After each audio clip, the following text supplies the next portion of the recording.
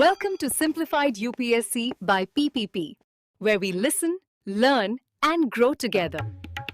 Detailed lecture notes in English and Hindi, plus practice questions for prelims and mains, only on our Telegram channel. Link in description. Like and subscribe for more. नमस्कार। UPSC की तैयारी में Shankar IAS की जो पर्यावरण और पारिस्थितिकी की किताब है उसे एक तरह से बाइबल ही माना जाता है और हमारे पास अनुरोध आया है कि इसी किताब के सबसे ज़रूरी अध्यायों में से एक अध्याय 8 जैव विविधता यानी बायोडाइवर्सिटी पर एक गहरी परत दर परत चर्चा की जाए। तो आज हम एक तरह से जासूस का काम करने वाले हैं। हमारा मिशन है ये पता लगाना कि ये जैव विविधता आखिर है क्या, भारत का खजाना इसमें कहाँ है और इसे बचाने के हमारे पास क्या-क्या हथियार हैं। और इस पूरी पड़ताल में हमारी मदद कर रहा है simplified UPSC by PPP YouTube channel. तो चर्चा शुरू करने से पहले एक छोटा सा अनुरोध, अगर ये जानकारी उपयोगी लगे तो चैनल को सब्सक्राइब करके और पेड मेंबरशिप ज्वाइन करके हमारे काम का समर्थन जरूर करें ताकि हम ऐसा महत्वपूर्ण कंटेंट लाते रहें। बिल्कुल, और ये मिशन बहुत जरूरी भी है क्योंकि यूपीएससी प्रीलिम्स हो या मेंस, दोनों में ही जैव विविधता से जुड़े सवाल वो लगातार पूछे जाते हैं। तो हमारी रणनीति एकदम साफ है। पहले हम समझेंगे कि जैव विविधता का कॉन्सेप्ट क्या है, फिर हम भारत के नक्शे पर इस खजाने को खोजेंगे, हमारे हॉटस्पॉट्स, हमारे जैव भौगोलिक क्षेत्र। इसके बाद हम खतरों की पड़ताल करेंगे और फिर संरक्षण के तरीकों, कानूनों और जो अंतर्राष्ट्रीय समझौते हैं उन्हें समझेंगे।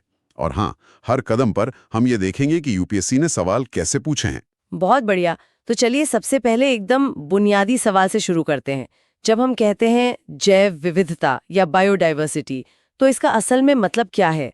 क्या ये सिर्फ अलग-अलग तरह के जानवरों और पेड़ पौधों के बारे में है या उससे कुछ ज्यादा है? ये उससे कहीं ज्यादा गहरा और कह सकते हैं लेयर्ड है। शंकर आईएएस की पुस्तक इसे 3 मुख्य स्तरों पर समझाती है। पहला और सबसे बुनियादी स्तर है आनुवंशिक विविधता, जेनेटिक डाइवर्सिटी। आनुवंशिक विविधता मतलब जीन्स के स्तर पर बात हो रही है। हाँ बिल्कुल, इसे एक ही परिवार के भाई बहनों की तरह सोचिए। वो सभी इंसान हैं, यानी एक ही प्रजाति, पर उनके जीन में जो छोटे छोटे अंतर हैं वही उन्हें एक दूसरे से अलग बनाते हैं। अच्छा, किसी की आंखें अलग हैं, किसी का कद। ठीक वैसे ही एक ही प्रजाति के भीतर जो विविधता मिलती है वही आनुवंशिक विविधता है। अच्छा, तो जैसे भारत में बासमती चावल के इतनी सारी किस्में हैं, या फिर आम को ही ले लें, दशहरी, लंगड़ा, चौसा, ये सब आनुवंशिक विविधता का उदाहरण हुआ। आपने एकदम सही पकड़ा। चावल की 50,000 से ज्यादा किस्में भारत में मिलती हैं। यही विविधता ही तो प्रजातियों को बीमारियों और जलवायु परिवर्तन जैसी चुनौतियों का सामना करने की ताकत देती है। मतलब जितनी ज्यादा विविधता उतनी ज्यादा सर्वाइवेबिलिटी। दिलचस्प है। तो ये हुआ पहला स्तर। दूसरा स्तर क्या है? दूसरा स्तर है प्रजाति विविधता, स्पीशीज डाइवर्सिटी, जिससे हम सबसे ज्यादा परिचित हैं। ये किसी खास इकोसिस्टम में मौजूद अलग-अलग प्रजातियों की संख्या और उनके अनुपात को दिखाता है। यानी किसी जंगल में शेर, हिरण, बंदर, सांप, मोर और हजारों तरह के कीड़े मकोड़े हैं। ये सब मिलकर उस जंगल की प्रजाति विविधता बनाते हैं। सिर्फ ये नहीं कि कितनी प्रजातियां हैं, बल्कि ये भी कि उनका संतुलन कैसा है। बिल्कुल। और तीसरा और सबसे बड़ा स्तर है पारिस्थितिकी तंत्र विविधता, इकोसिस्टम डाइवर्सिटी। ये अलग-अलग तरह के आवासों यानी हैबिटेट्स की विविधता है। आप भारत को ही देखिए, यहाँ बर्फीले हिमालय भी हैं, थार का रेगिस्तान भी, पश्चिमी घाट के घने जंगल भी हैं, विशाल गंगा के मैदान भी, और तटीय मैंग्रोव और समुद्र में प्रवाल भित्तियां यानी कोरल रीफ्स भी। हर एक अपने आप में एक अलग दुनिया है, एक अलग इकोसिस्टम। यही पारिस्थितिकी तंत्र की विविधता है। समझ गए। तो ये 3 स्तर एक दूसरे से जुड़े हुए हैं। जीन से प्रजाति बनती है और प्रजातियों से पारिस्थितिकी तंत्र। लेकिन यहाँ एक बड़ा सवाल उठता है जो शायद हर यूपीएससी एस्पिरेंट के मन में होगा। हमें इसकी परवाह क्यों करनी चाहिए? अगर कुछ प्रजातियां खत्म हो भी जाएं, तो आम इंसान की जिंदगी पर क्या फर्क पड़ता है? यही सबसे महत्वपूर्ण सवाल है और यूपीएससी इसी क्यों को बार-बार परखता है। ये सिर्फ प्रकृति की सुंदरता का मामला नहीं है, ये सीधे सीधे मानव अस्तित्व का सवाल है। 2011 के प्रीलिम्स का एक प्रश्न याद कीजिए। सवाल था कि जैव विविधता मानव अस्तित्व का आधार कैसे बनती है, और विकल्प दिए गए थे: 1 मृदा निर्माण, 2 मृदा अपरदन की रोकथाम, 3 अपशिष्ट का पुनर्चक्रण और 4 फसलों का परागण। और इसका सही जवाब था कि ये सभी सही हैं। मतलब हमारी मिट्टी, हमारा भोजन, यहाँ तक कि कचरे का निपटान भी। बिल्कुल, इन्हें ही हम पारिस्थितिकी सेवाएं या इकोसिस्टम सर्विसेज कहते हैं। सोचिए, मधुमक्खियां और तितलियां परागण न करें तो हमारी फसलें नहीं उगेंगी। सूक्ष्म जीव मिट्टी न बनाएं तो हम कुछ उगा ही नहीं पाएंगे।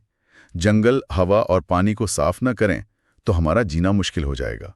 तो जैव विविधता कोई दूर की चीज नहीं, ये वो अदृश्य सिस्टम है जो हमें जीवित रखे हुए हैं। ये तो सच में दिमाग खोलने वाली बात है। तो अब जब हम समझ गए कि खजाना कितना कीमती है, चलिए भारत के नक्शे पर इसे ढूंढते हैं। भारत को महाविविधता या मेगा डाइवर्स वाला देश क्यों कहा जाता है? देखिए, ये दर्जा हमें ऐसे ही नहीं मिला है। भारत के पास दुनिया की सिर्फ 2.4% जमीन है, लेकिन दुनिया की लगभग 8% प्रजातियां वो यहीं पाई जाती हैं। ये एक असाधारण घनत्व है। शंकर आईएएस की पुस्तक में इसका वर्गीकरण दिया गया है, जो परीक्षा के लिए बहुत महत्वपूर्ण है। भारत में 2 रिल्म्स हैं, 5 बायोम्स और सबसे महत्वपूर्ण 10 जैव भौगोलिक क्षेत्र हैं, बायोजियोग्राफिक जोन्स। ये 10 क्षेत्र कौन से हैं? क्या इन्हें याद रखना जरूरी है? इन्हीं रटने से ज्यादा समझना जरूरी है। ये हैं ट्रांस हिमालय, हिमालय, मरुस्थल, फिर अर्धशुष्क क्षेत्र, पश्चिमी घाट, दक्कन का पठार, गंगा का मैदान, उत्तर पूर्व क्षेत्र, तटीय क्षेत्र और द्वीप समूह है। हर क्षेत्र की अपनी खास जलवायु है, मिट्टी है, वनस्पति है और इसीलिए वहाँ की प्रजातियां भी खास हैं। यूपीएससी चाहता है कि आप भारत की इस भौगोलिक विविधता को समझें। और मैंने हॉटस्पॉट शब्द भी बहुत सुना है। ये क्या है और ये जैव भौगोलिक क्षेत्र से कैसे अलग है? हॉटस्पॉट, हाँ, ये एक बहुत ही खास अवधारणा है। ये एक ऐसा क्षेत्र है जो 2 शर्तें पूरी करता हो। पहली, वहाँ कम से कम 1500 स्थानिक संवहनीय पौधे हों। स्थानिक? हाँ, मतलब एंडेमिक, हाँ। जो सिर्फ वहीं मिलते हों। हाँ, एंडेमिक, जो दुनिया में और कहीं नहीं मिलते। और दूसरी शर्त, उस क्षेत्र का 70% से ज्यादा मूल आवास मतलब ओरिजिनल हैबिटेट नष्ट हो चुका हो। अरे, तो इसका मतलब हॉटस्पॉट एक दुधारी तलवार है। ये क्षेत्र अद्वितीय भी है क्योंकि यहाँ की प्रजातियां कहीं और नहीं मिलती, और उतना ही नाजुक भी क्योंकि ये विनाश की कगार पर है। आपने बिल्कुल सही समझा। ये अद्वितीय और खतरे में का जो कॉम्बिनेशन है, वही इसे हॉटस्पॉट बनाता है। भारत में ऐसे 4 हॉटस्पॉट्स हैं। हिमालय, इंडो बर्मा क्षेत्र जिसमें पूरा उत्तर पूर्व आता है, फिर पश्चिमी घाट और श्रीलंका, और सुंडरलैंड जिसमें निकोबार द्वीप समूह आता है। इन पर संरक्षण का ध्यान सबसे ज्यादा होता है क्योंकि यहाँ कुछ भी खोने का मतलब है उसे हमेशा के लिए खो देना। तो जाहिर है यूपीएससी इन महत्वपूर्ण क्षेत्रों पर सवाल जरूर पूछता होगा। क्या हमें इन सभी क्षेत्रों की प्रजातियों के नाम याद करने होंगे? नहीं, एक एक प्रजाति का नाम याद करना तो असंभव है। यूपीएससी आपकी रटने की क्षमता नहीं, बल्कि आपकी विश्लेषणात्मक समझ को परखता है। सवाल अक्सर मैपिंग बेस्ड होते हैं। वो क्षेत्रों के बीच के संबंध को पूछते हैं। जैसे 2017 में एक सवाल आया था कि पूर्वी घाट और पश्चिमी घाट कहाँ मिलते हैं। इसका एक संभावित उत्तर था सत्यमंगलम टाइगर रिजर्व। के बीच एक पुल, एक गलियारे का काम करता है। एकदम सही। ये सवाल जैव भौगोलिक क्षेत्रों और उनके बीच की कनेक्टिविटी की समझ की जांच करता है। ये दिखाता है कि संरक्षण सिर्फ एक पार्क को बचाने के बारे में नहीं है, बल्कि पूरे लैंडस्केप को जोड़ने के बारे में है। ठीक है, तो हमने खजाने को समझ लिया, उसे नक्शे पर देख लिया। अब हमारी जासूसी का अगला पड़ाव है इस खजाने के दुश्मन कौन है। इस सारी विविधता को आखिर खतरे क्या हैं? शंकर आईएएस की किताब में इन खतरों को द इविल क्वार्टेट यानी दुष्ट चौकड़ी भी कहा गया है, और यूपीएससी ने 2012 में सीधे इन पर सवाल पूछा था। सबसे बड़ा और सीधा दुश्मन है आवास का विनाश और विखंडन, हैबिटेट लॉस एंड फ्रैगमेंटेशन। हाँ, जब हम खेती, शहर या सड़कों के लिए जंगल काटते हैं तो हम सिर्फ पेड़ नहीं काटते, हम अनगिनत प्रजातियों का घर छीन लेते हैं। सड़कें और रेलवे लाइनें जंगलों को छोटे छोटे टुकड़ों में बांट देती हैं, जिससे जानवरों का घूमना फिरना मुश्किल हो जाता है। और दूसरा दुश्मन? दूसरा है अत्यधिक दोहन, ओवर एक्सप्लॉयटेशन। जब हम जरूरत से ज्यादा मछली पकड़ते हैं या पेड़ों को काटते हैं या जानवरों का शिकार करते हैं, तो हम उनकी आबादी को उभरने का मौका ही नहीं देते। लालच प्रकृति के पुनर्जनन की क्षमता पर भारी पड़ जाता है। मैंने विदेशी प्रजातियों के आक्रमण के बारे में भी सुना है। ये सुनने में किसी साइंस फिक्शन फिल्म जैसा लगता है, पर ये कितना बड़ा खतरा है? ये एक बहुत बड़ा और कह सकते हैं खामोश हमलावर है। इसे कहते हैं विदेशी प्रजातियों का आक्रमण, इन्वेजन ऑफ एलियन स्पीशीज। जब कोई बाहरी प्रजाति किसी नए इकोसिस्टम में आती है तो वहां उसका कोई प्राकृतिक शिकारी नहीं होता। नतीजा, वो बहुत तेजी से फैलती है और स्थानीय प्रजातियों को खत्म कर देती है। जैसे जलकुंभी ने हमारे तालाबों और झीलों को बर्बाद कर दिया। हाँ, या लैंटाना झाड़ी ने जंगलों पर कब्जा कर लिया। बिल्कुल। और चौथा है सह विलुप्तता, को एक्सटिंक्शंस। जब एक प्रजाति विलुप्त होती है तो उस पर निर्भर दूसरी प्रजातियां भी विलुप्त होने लगती हैं। जैसे अगर कोई खास फूल विलुप्त हो जाए तो उसका परागण करने वाला कीड़ा भी भोजन के अभाव में विलुप्त हो सकता है। ये एक चेन रिएक्शन की तरह है। और इन सब के ऊपर है प्रदूषण और जलवायु परिवर्तन। बिल्कुल, जो इन सभी खतरों को और बढ़ा रहे हैं। तो खतरा सिर्फ जंगल कटने का नहीं, बल्कि बाहर से आए घुसपैठियों का भी है, जो सिस्टम को अंदर से खोखला कर रहे हैं। ये तो हुई समस्या की बात। अब अगर समाधान की तरफ देखें तो हमारे पास इसे रोकने के लिए क्या हथियार हैं? मैंने इन सिटू और एक्स सिटू संरक्षण के बारे में पढ़ा है। ये क्या है? ये संरक्षण के दो मुख्य दृष्टिकोण हैं और यूपीएससी का पसंदीदा विषय है। इन्हें समझना बहुत जरूरी है। स्वास्थाने संरक्षण या इन सिटू कंजर्वेशन, इसका मतलब है प्रजातियों को उनके प्राकृतिक आवास में ही संरक्षित करना।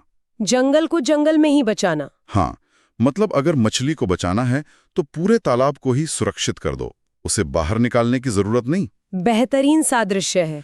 और इसी के लिए हम बनाते हैं संरक्षित क्षेत्र, प्रोटेक्टेड एरियाज, जैसे राष्ट्रीय उद्यान, वन्यजीव अभयारण्य, जीव मंडल रिजर्व और संरक्षण द सामुदायिक रिजर्व। इन सब के नियम और उद्देश्य थोड़े अलग अलग हैं। जैसे राष्ट्रीय उद्यानों में संरक्षण का स्तर सबसे सख्त होता है। सबसे सख्त। हाँ, और लगभग सभी मानवीय गतिविधियों पर रोक होती है, जबकि अभयारण्यों में कुछ पारंपरिक गतिविधियों की अनुमति मिल सकती है। तो फिर एक्स सिटू संरक्षण क्या हुआ? जाहिर है इसका मतलब होगा आवास के बाहर संरक्षण। बिल्कुल। बाह्य स्थानीय संरक्षण यानी एक्स सिटू कॉन्जर्वेशन का मतलब है प्रजातियों को उनके प्राकृतिक आवास के बाहर ले जाकर संरक्षित करना। ये तब किया जाता है जब किसी प्रजाति का प्राकृतिक आवास इतना नष्ट हो चुका हो कि उसे वहां बचाना संभव ही न हो, या उसकी संख्या इतनी कम हो गई हो कि उसे विशेष देखभाल की जरूरत हो। सही। तो आपके मछली वाले उदाहरण को आगे बढ़ाएं तो ये ऐसा हुआ कि तालाब इतना प्रदूषित हो गया है कि मछली को बचाकर एक एक्वेरियम में रखना पड़ रहा है। एकदम सही। और इस एक्वेरियम के उदाहरण हैं वानस्पतिक उद्यान, प्राणी उद्यान यानी चिड़ियाघर, और जीन बैंक और बीज बैंक। जीन बैंक और बीज बैंक तो भविष्य के लिए एक तरह के बायोलॉजिकल इंश्योरेंस हैं, जहां हम पौधों और जानवरों की आनुवांशिक सामग्री को बेहद कम तापमान पर सुरक्षित रखते हैं। ये वर्गीकरण तो बिल्कुल साफ है, और मुझे लगता है यूपीएससी इसी वर्गीकरण की समझ को परखता होगा। हाँ, और बहुत सीधे तरीके से। 2011 में एक सवाल था कि इनमें से कौन सा इन सिटू संरक्षण का तरीका नहीं है। विकल्प थे biosphere reserve, national park, wild life sanctuary और बोटैनिकल गार्डन। जाहिर है उत्तर था वानस्पतिक उद्यान, क्योंकि ये एक एक्स सिटू तरीका है। बिल्कुल। तो इससे ये साफ हो जाता है कि आपको सिर्फ परिभाषा नहीं बल्कि उनके उदाहरण भी स्पष्ट रूप से पता होने चाहिए। यह एकदम स्पष्ट है। तो अब जब हमने हथियारों को समझ लिया है तो भारत के युद्ध के मैदान की बात करते हैं। भारत में कौन से बड़े संरक्षण कार्यक्रम चल रहे हैं? भारत ने संरक्षण के लिए कई ऐतिहासिक और वैश्विक स्तर पर प्रशंसित पहल की हैं। इनमें सबसे प्रसिद्ध है प्रोजेक्ट टाइगर, जो 1973 में शुरू हुआ था। ये सिर्फ बाघों को बचाने का प्रोजेक्ट नहीं था, ये एक इकोसिस्टम को बचाने का प्रोजेक्ट था। बाघ एक अम्ब्रेला प्रजाति है, अम्ब्रेला स्पीशीज। अम्ब्रेला प्रजाति? इसका क्या मतलब है? इसका मतलब है कि अगर आप बाघ को बचाते हैं तो आपको उसके पूरे घर यानी विशाल जंगल, उसमें रहने वाले हिरण, नदियां और बाकी सब कुछ को भी बचाना पड़ता है। तो एक बाघ को बचाने की छतरी के नीचे पूरा जंगल सुरक्षित हो जाता है। प्रोजेक्ट टाइगर की सफलता इसी दृष्टिकोण में है। ये तो बहुत ही स्मार्ट रणनीति है। बाघ के अलावा और कौन सी बड़ी परियोजनाएं हैं? इसी तरह प्रोजेक्ट एलिफेंट 1992 में शुरू किया गया। हाथियों को घूमने के लिए बहुत बड़े क्षेत्र की आवश्यकता होती है, तो ये प्रोजेक्ट न सिर्फ हाथियों और उनके आवास बल्कि उनके आने जाने के रास्ते यानी हाथी गलियारों पर भी केंद्रित हैं। हाँ, एलिफेंट कॉरिडोर्स। इन गलियारों को सुरक्षित रखना मानव हाथी संघर्ष को रोकने के लिए बेहद महत्वपूर्ण है। इनके अलावा गिद्ध संरक्षण परियोजना, मगरमच्छ संरक्षण परियोजना और हिम तेंदुआ परियोजना जैसे कई अन्य महत्वपूर्ण कार्यक्रम भी चल रहे हैं। लेकिन यहाँ मैं एक सवाल पूछना चाहूंगी जो अक्सर उठता है। क्या प्रोजेक्ट टाइगर जैसी पहलों की सफलता ने हमारा ध्यान बाकी जानवरों से हटा दिया है? कई बार ये आरोप लगता है कि हम बाघ केंद्रित हो गए हैं और उन छोटे, कम आकर्षक जानवरों को भूल जाते हैं जो पारिस्थितिकी तंत्र के लिए उतने ही जरूरी हैं। ये एक बहुत ही जायज और जरूरी सवाल है। इसे संरक्षण की दुनिया में करिश्माई प्रजातियों या कैरिज्मेटिक स्पीशीज का बायस कहा जाता है। बाघ, हाथी, शेर, गैंडे ये बड़े और आकर्षक जानवर हैं और इनके लिए समर्थन और फंड जुटाना आसान होता है। इसमें कोई शक नहीं कि अम्ब्रेला प्रजाति के तौर पर इन्हें बचाने से फायदा होता है, लेकिन ये भी सच है कि अनगिनत उभयचर, सरीसृप, कीड़े और पौधों पर उतना ध्यान नहीं जाता, जबकि वे भी विलुप्त होने के उतने ही खतरे में हैं। हाँ, ये हमारे संरक्षण मॉडल की एक बड़ी चुनौती है। समझ गई। अब इन सभी कार्यक्रमों और संरक्षित क्षेत्रों को कानूनी ताकत कहाँ से मिलती है? भारत का कानूनी ढांचा क्या है? भारत में जैव विविधता संरक्षण की जो कानूनी रीढ़ है वो है वन्यजीव संरक्षण अधिनियम 1972, वाइल्ड लाइफ प्रोटेक्शन एक्ट 1972। ये एक बहुत ही व्यापक कानून है जो वन्यजीवों के शिकार और उनके अंगों के व्यापार पर रोक लगाता है और संरक्षित क्षेत्रों के प्रबंधन के लिए एक ढांचा प्रदान करता है। प्रीलिम्स के लिए इस अधिनियम की अनुसूचियां मतलब शेड्यूल्स बहुत महत्वपूर्ण है। इसमें कितनी अनुसूचियां हैं? इसमें 6 अनुसूचियां हैं। अनुसूची 1 और अनुसूची 2 के भाग 2 में जो जानवर लिस्टेड हैं उन्हें उच्चतम स्तर की सुरक्षा दी गई है। इनके शिकार या व्यापार पर सबसे कठोर दंड का प्रावधान है। किसी जानवर का अनुसूची में होना उसकी कानूनी सुरक्षा का स्तर बताता है। और अंतर्राष्ट्रीय स्तर पर क्या कोई वैश्विक संधियां हैं? हाँ, 2 सबसे महत्वपूर्ण हैं। पहली है sites, convention on international trade in endangered species of wild fauna and flora. हाँ, साइट्स यह वन्य जीवों और पौधों के अंतर्राष्ट्रीय व्यापार को नियंत्रित करती है ताकि यह सुनिश्चित हो सके कि व्यापार से किसी प्रजाति के अस्तित्व पर खतरा न हो। और दूसरी है CBD, convention on biological diversity. यह 1992 के पृथ्वी शिखर सम्मेलन का परिणाम है और इसके 3 मुख्य लक्ष्य हैं: जैव विविधता का संरक्षण, इसके घटकों का सतत उपयोग और आनुवांशिक संसाधनों से होने वाले लाभों का उचित और न्यायसंगत बंटवारा। भारत इन दोनों का हस्ताक्षर करता है। बहुत खूब। तो हमने इस पूरी जासूसी में अवधारणा, स्थान, खतरे, हथियार और कानून सब कुछ देख लिया।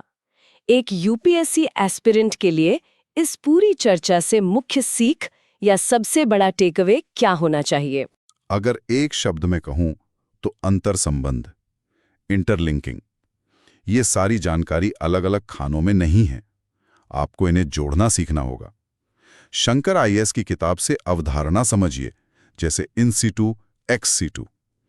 फिर उसे भारत के विशिष्ट उदाहरणों से जोड़िए, जैसे सत्यमंगलम टाइगर रिजर्व। फिर उस स्थान को भारत के नक्शे पर देखिए कि यह पश्चिमी और पूर्वी घाट का मिलन बिंदु है। और फिर देखिए कि UPSC ने इस पर कैसा सवाल पूछा, कनेक्टिविटी पर। जब आप इस तरह से अवधारणा, स्थान और पिछले वर्षों के प्रश्नों को एक साथ बुनना सीख जाएंगे तो आपकी तैयारी सही दिशा में होगी। यह एक शानदार सारांश है।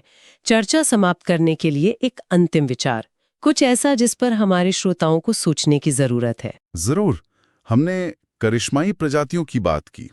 ये सोचने वाली बात है कि हम बाघ को बचाने के लिए करोड़ों खर्च करते हैं, जो जरूरी भी है, लेकिन उसी जंगल की मिट्टी में मौजूद एक केंचुए या फंगस के बिना वो पूरा जंगल ढह सकता है। केंचुआ मिट्टी को उपजाऊ बनाता है, फंगस मरे हुए पत्तों को सड़ाकर पोषक तत्व वापस मिट्टी में मिलाता है। ये पारिस्थितिकी तंत्र के गुमनाम हीरो हैं। हमारा संरक्षण मॉडल इन गैर करिश्माई लेकिन बेहद महत्वपूर्ण प्रजातियों को कितना महत्व देता है? क्या हम जंगल के राजा को बचाते बचाते उसकी नींव को भूल रहे हैं? ये एक ऐसा सवाल है जिसका जवाब हमारी संरक्षण नीतियों के भविष्य को तय करेगा। ये एक बहुत ही गहरा और महत्वपूर्ण सवाल है। उस नींव को बचाए बिना महल नहीं बच सकता। और इसी विचार के साथ एक बार फिर याद दिलाना चाहूंगी कि हमारे काम का समर्थन करने के लिए simplified UPSC by PPP YouTube channel को सब्सक्राइब करें और पेड मेंबरशिप ज्वाइन करें। धन्यवाद। Thanks for watching. Follow us on Telegram and Instagram. Don't forget to like, share, and subscribe.